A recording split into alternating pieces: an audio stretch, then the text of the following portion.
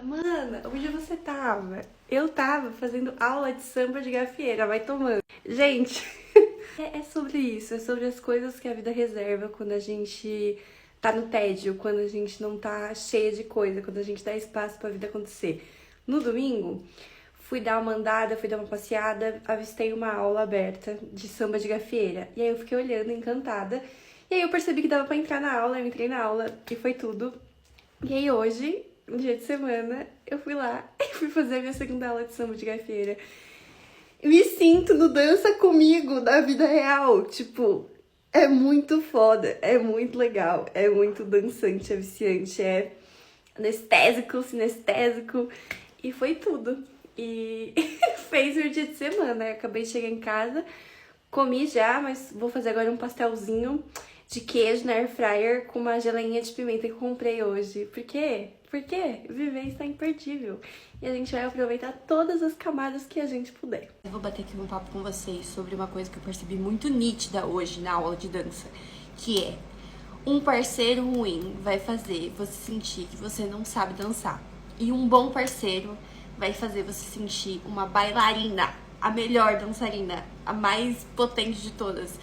Gente, tem gente que não dá, tipo assim, não casa alguma coisa. E, tipo, às vezes você percebe que não é que a pessoa necessariamente é ruim, mas o jeito dela de conduzir, o seu jeito não bate. E aí você, tipo, fica arranhado, assim. E aí, de repente, com outro parceiro, flui. E aí fica tudo de bom. E aí, na vida também é assim, né, meninas? Né? E outra coisa que a minha Sonha também falou hoje na aula, que me pegou muito, ela falou a seguinte coisa: se for pra errar, tem que errar com convicção. Fui fazer aula de dança, sair com aprendizados, quem diria? Gente, juro por Deus, se for errar, erra com convicção. Que isso, um filme? Eu achei muito potente isso. E é tipo, fez muito sentido pra muita coisa. E tipo, várias coisas, de tipo, você tem que se deixar ser conduzido, mas vocês precisam comunicar o que o outro vai fazer pra saber onde vocês estão indo, porque senão não vai dar certo. E eu fiquei assim, terapia? Juro, achei uma aula sobre relações, assim. Acho que todo mundo que namora tem que fazer aula de dança juntos pra entrar numa terapia, assim. Mas no caso eu fiz comigo mesma e com as minhas paranoias, e foi incrível, estupefato, estupendo. Que dia abençoado. E hoje eu tava conversando com o meu chefe e ele me dá muitos conselhos. Meus dois chefes, na verdade todos os meus chefes me dão muitos conselhos. E a gente tava falando sobre relação e eles falaram sobre esse momento que eu tô solteira e tal. E meu chefe virou pra mim e falou uma coisa que muita gente já me falou, mas ele falou de um jeito muito diferente.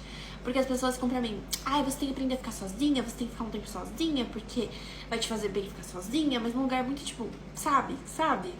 E aí a gente tava conversando um negócio e ele falou: cara, você já parou pra pensar que esse tempo sozinha, tipo, pode ser um tempo de você descobrir tanta coisa sobre você? Só que ele falou de um jeito, num lugar tão, tipo, olha essa oportunidade gostosa.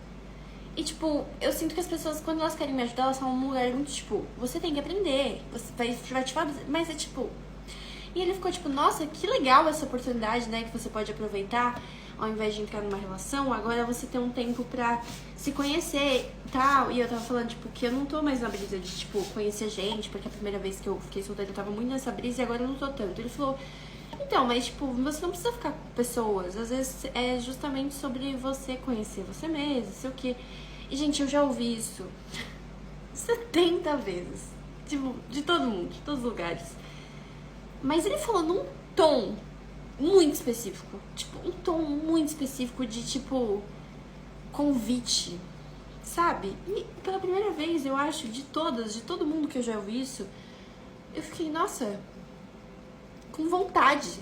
Fiquei tipo, nossa, isso tá disponível pra mim? Essa coisa gostosa que você tá falando?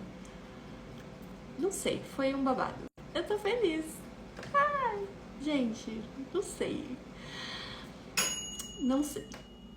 Gente, meu dia de ontem foi fantástico. Eu saí com meu amigo, a gente foi comer pizza e tomar vinho. Numa pizzaria qualquer, um vinho qualquer, que no final, o que importa? A companhia. E foi maravilhoso. E eu fiquei muito bem, eu fiquei muito feliz. E eu já tava com vontade de conversar com vocês umas coisas. E me deu mais vontade ainda. E aí hoje de manhã eu coloquei pra escutar Pretty Young Thing, do Michael Jackson. Que é isso, meninas? A gente tem que lembrar que a gente é uma coisinha jovem e bonita. Que se não for pro outro, ó, que a gente vai ser pra nossa vida. Mas não é isso que eu quero falar. Eu quero falar outra coisa. Ontem eu fiz terapia e eu fiquei muito reflexiva na terapia porque eu entendi por que bateu diferente o negócio que o meu chefe me disse sobre ficar solteiro. Fui pegar meu café. Que sim, gente, tô animada e ainda nem tomei meu café, mas vamos embora. O que acontece? Quando a gente entra num estado solteiro, eu fiz uma analogia perfeita. É como se a gente tivesse... A gente trabalhava, eu no caso, sempre trabalhei, sempre namorei. E aí do nada eu fiquei desempregada. Aí eu fico assim, bicha do céu, eu não posso ficar desempregada. Por quê? Porque eu gosto de trabalhar. Já trabalhei, eu sei que eu gosto. Aí as pessoas ficam assim, mas se você tivesse todo o dinheiro, você não ia querer parar de trabalhar? Então, sei lá, no caso de namorar, todos os recursos emocionais, amigos, dinheiro. Sendo um homem são só uma coisa. Gente, eu ia continuar querendo fazer no mínimo uns freela, uns bicos, que eu gosto de me relacionar com pessoas. E na terapia a gente falou isso. Eu gosto de me relacionar com pessoas, seja na amizade. Eu tô sempre conhecendo pessoas novas nas amizades. Eu estou sempre me encantando pelos meus amigos e me conhecendo através dos meus amigos, das pessoas que eu me conecto, que eu me conheço. Essa é a minha essência. E a gente falou muito na terapia sobre nada está quebrado nisso. É apenas quem eu sou. E aceitar essa condição de quem eu sou. E entender que eu já estou numa condição, principalmente de viver uma vida sozinha. Que talvez eu possa não me agradar 100% com ela. Mas será que todo mundo se agrada 100% com esse estado a todo tempo, toda hora? Talvez tenha dias que eu vou gostar mais dessa condição. Talvez com dias eu vou gostar menos. E eu acho que a primeira coisa de, ter essa aceitação de que isso não é uma coisa que eu preciso consertar. E que é uma coisa que... ela não é fixa, os sentimentos que eu tenho sobre ela, eu acho que já foi assim, 10 de 10. E aí, a analogia do trabalho também me fez refletir muito, porque o que talvez aconteça é que eu fico entrando num estado de como se eu estivesse fadada a ficar desempregada. E eu gosto de trabalhar. Então, eu não consigo encarar como uma férias, eu não consigo encarar como um período sabático de escolha, de autoconhecimento e transformação, que eu possa fazer uns freelas, não ter nada fixo e ficar nessa jornada e tal. E engraçado que, assim, eu não estou desesperada pelo meu próximo emprego, realmente eu não tô.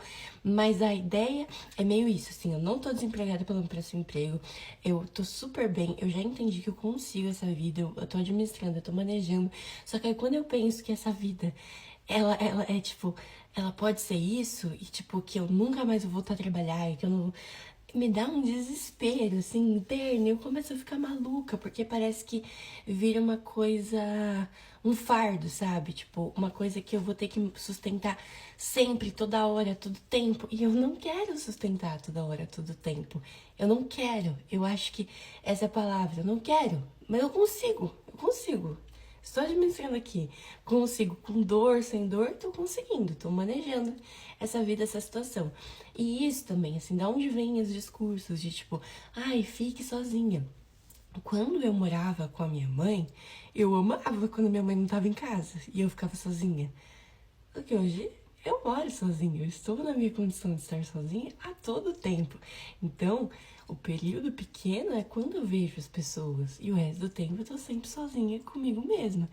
Mas uma coisa também que eu pensei muito depois que eu comecei a ler o livro da Lela, gente, o livro está imperdível, tá? Vale muito a pena. Tô gostando bastante, eu li só o começo e depois quero fazer um vídeo só sobre o livro da Lela. Mas, basicamente, gente, eu estou entrando em contato com as vozes da minha cabeça. As vozes. As vozes da minha cabeça. Mas ela fala isso no livro, de você começar a conversar com você. E eu acho que isso foi muito importante pra mim, porque eu acho que pela primeira vez, meu fone quebrou. E aí eu não comprei outro fone e eu falei, eu vou fazer esse exercício de ouvir as vozes. Juro por Deus. E aí eu comecei a ouvir que elas podem ser um grande podcast delicioso e eu posso conversar com elas. Elas falam uma coisa pra me atazanar e eu posso perguntar, mas por que isso aí, menina? Por que você tá pensando isso aí? Pensando por isso? Mas e se fosse isso aqui, ó? Eu comecei a fazer diálogos mentais e tem sido muito bom. E aí ontem, por exemplo, antes de dormir, uma coisa que eu tenho que consumir normalmente telas pra pegar no sono, porque tenho questões pra dormir. Ontem eu coloquei 30 minutinhos de música e fiquei olhando pro teto e conversando com as vozes. Juro por Deus.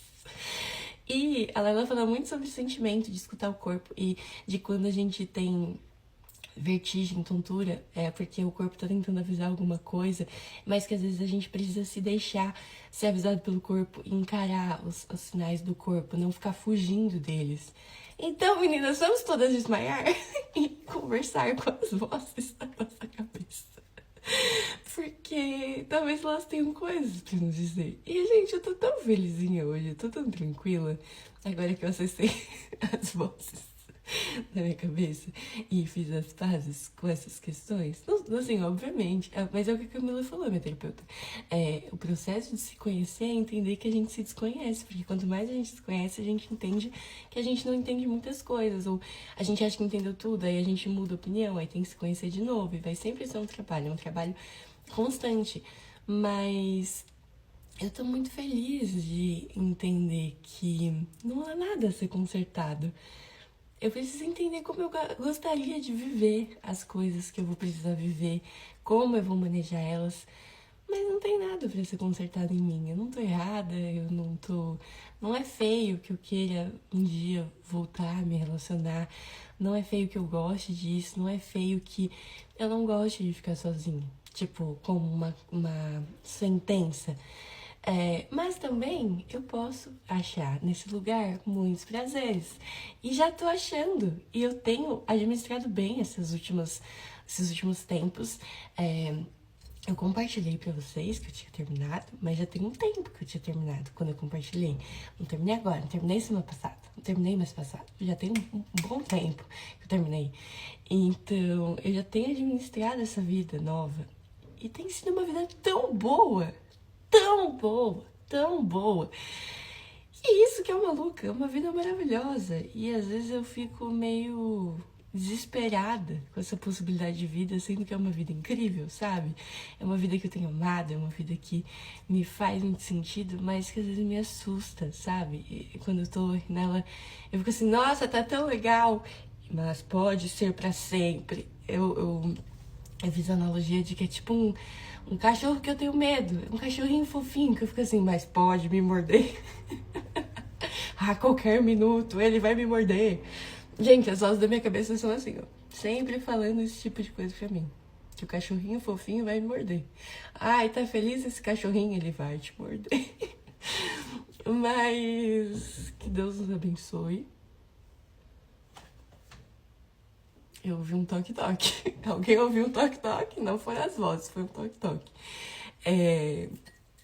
Que as vozes nos protejam, que a gente dialogue com elas, igual um grande podcast, e que a gente bata papo com elas. E aí a gente aprenda a surfar as ondas da vida, e a gente se delicie muito, muitíssimo, e vamos administrando, meninas. Vamos encarar a nossa era de solteira como um delicioso ano sabático, onde a gente possa entender o que a gente quer pro nosso próximo emprego, o que a gente quer para nossas próximas férias também, não só pensar nos empregos da vida, e encarar assim, não estamos desempregadas, estamos vivendo nossos sabáticos E é isso, assim, mas um sabático não é no sentido de transitório também, no sentido de tipo, delicious, oh my god, estou aqui nessa era deliciosa de me conhecer e tal e tal. E é isso, confio na gente, a gente consegue, a gente chega lá. Beijo pra vocês e se embora viver nossa vida.